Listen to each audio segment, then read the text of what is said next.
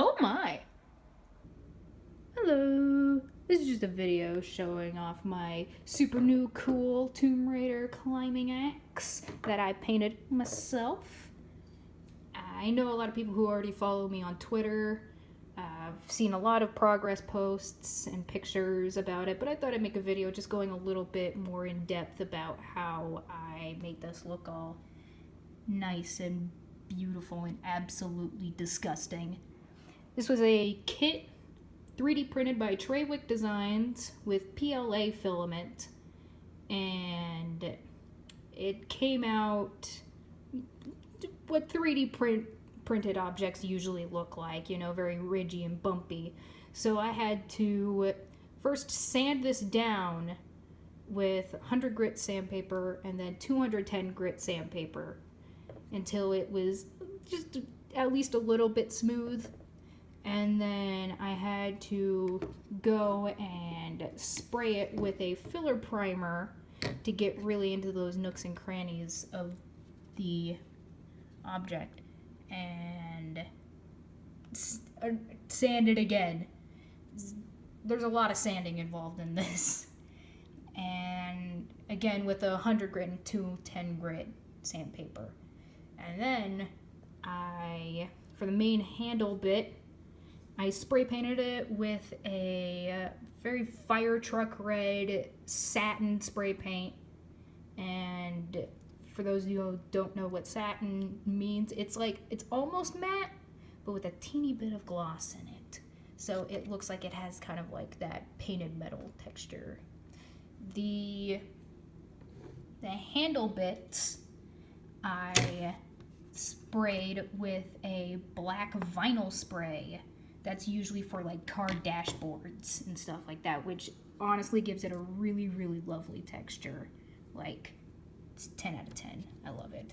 And then the main blades, I sprayed it with a silver metallic finisher, which proved to be very difficult later on because I didn't realize how thick the spray was, so it started to actually like fill in like the little divots and stuff that's meant to be there. So I had to go back and sand down like almost all of the blades and then respray it just so it could, you know, not look bumpy and gross. Then afterwards, I also noticed that if you don't know, the main handle is actually two pieces glued together. And what happened was that I'm not quite sure if the paint expanded it or something, but there was like this very noticeable seam just right across the middle of where the two pieces meet. So I had to go and sand that down again and hit it again with a filler primer and then sand it again. And then just resprayed it, and then it was alright. Finally, I could actually get to the more fun bits where I get to weather it. Oh yes, this was very, very fun. What I first did was kind of make this a more authentic metal look, because when I first sprayed it, for those of you who have actually seen the progress pictures, it was a very, very shiny metallic that unfortunately was on a sunny day and it absolutely burned my retinas. It was not a fun day for me. So what I did was make it a more authentic metal by using acrylic metallic paints, this silver metallic, this pewter, and then very lightly with this burnished copper, which makes it more look like it's rubbed down, like it's getting more into the, you know, finer alloys and stuff like that. And I'm not quite sure if you can actually see it. I'm not quite sure if this camera could pick it up, but I swear to you it's on there. So if you saw it in real life, you could see it. And then I went in for the little screws and little details. I went in with those metallic paints as well. And then I started to actually put some metallic paint onto the axe itself, so it looks like it's, you know, the paint's been chipped from all the wear and tear after, like, you know, Yamatai and Kitesh and whatnot, just to give it a more authentic look, so it looks like it's a piece of metal painted red instead of a piece of plastic painted red. And then after that, I sprayed on one light coat of matte sealer just to protect it, since it's put on very finely and that stuff. After that was dried, I could actually get to more of the nitty-gritty stuff with the browns and the blood. I used more acrylic paints. I used this crimson for blood, and then this burnt sienna. Let's focus. No, not gonna focus. Okay. And a burnt umber. And these worked out really, really well. And I just gave it some variation in color, mixed these a lot. I also added sort of this yellow ochre, and not this. I used, it's called Flesh. It's quite terrifying, but you know, that's what I used also. Because since burnt sienna and burnt umber is such a dark color, you know, I thought I'd use these.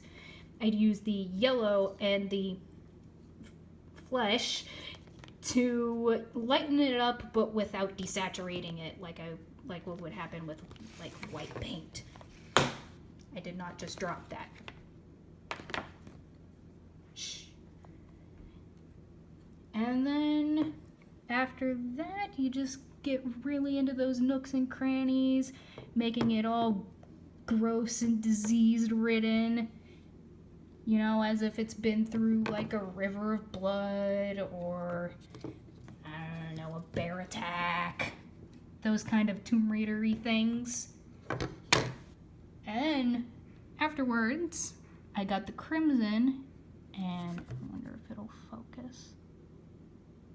I splattered some of the crimson paint to look like splatters of blood, which that was pretty darn fun. Unfortunately, a lot of it got onto my laptop, and that was not fun.